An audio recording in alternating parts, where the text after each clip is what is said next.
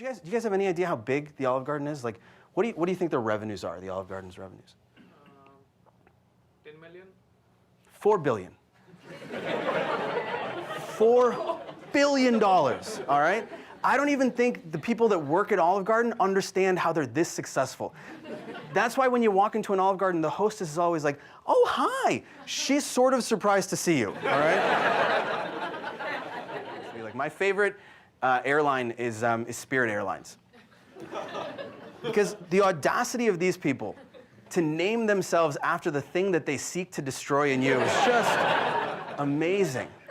Like, I imagine Bernie or Bus people to be like that in all parts of their life, right? Like, can I have a Diet Coke? We only have Pepsi. Arsenic, then. Arsenic. So crazy. Calm down. You know, I went up and I said, "It's nice to meet you, sir," and I put my hand out.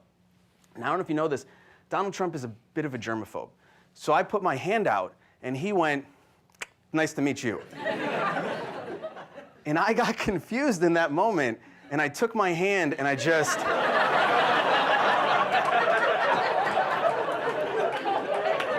I thought I'd share with you guys kind of how I became a stand-up comedian.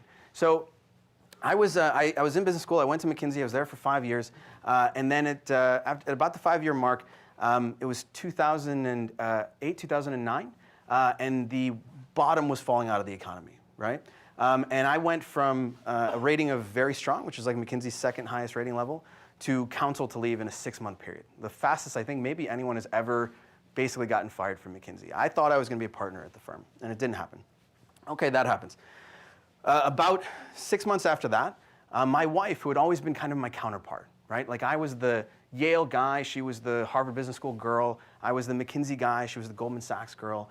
We had been together for about 10 years, and then she asked for a divorce, or also counseled me to leave. And so all of a sudden, after like 10 years of working both professionally and personally, everything that I've been working for was just kind of like gone, you know?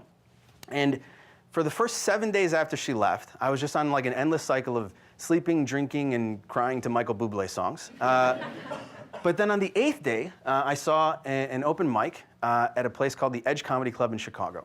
And so I was like, you know what, I'm going to go in and try this. And I took my sister with me. It was that night that I went in, and you're supposed to do about 3 minutes of comedy, right?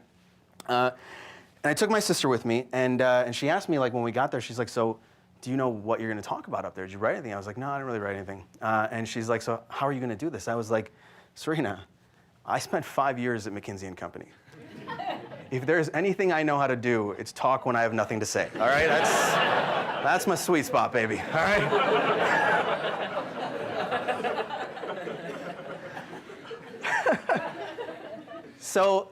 So I went up on stage, and I thought I'd share with you guys the first joke I ever did on stage. Yeah? Should we do that?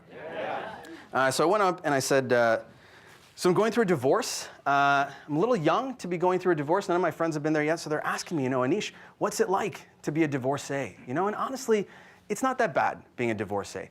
Obviously, I'd prefer to be a widower. Obviously, but... And it got a laugh, right? It got a big laugh, and I had this surge of adrenaline run through me like 7, 8 years ago, and I was like, this was awesome, and I went back and I did it over and over and over and over again, and I started doing like showcases around Chicago and started traveling, and then now, like 8 years later, I get to be a full-time stand-up comedian, which is super fun. And for my wife, if you look back, she left, she found love, she got married, she had a baby. So guys, I think what I'm saying is the point of this whole thing is I won.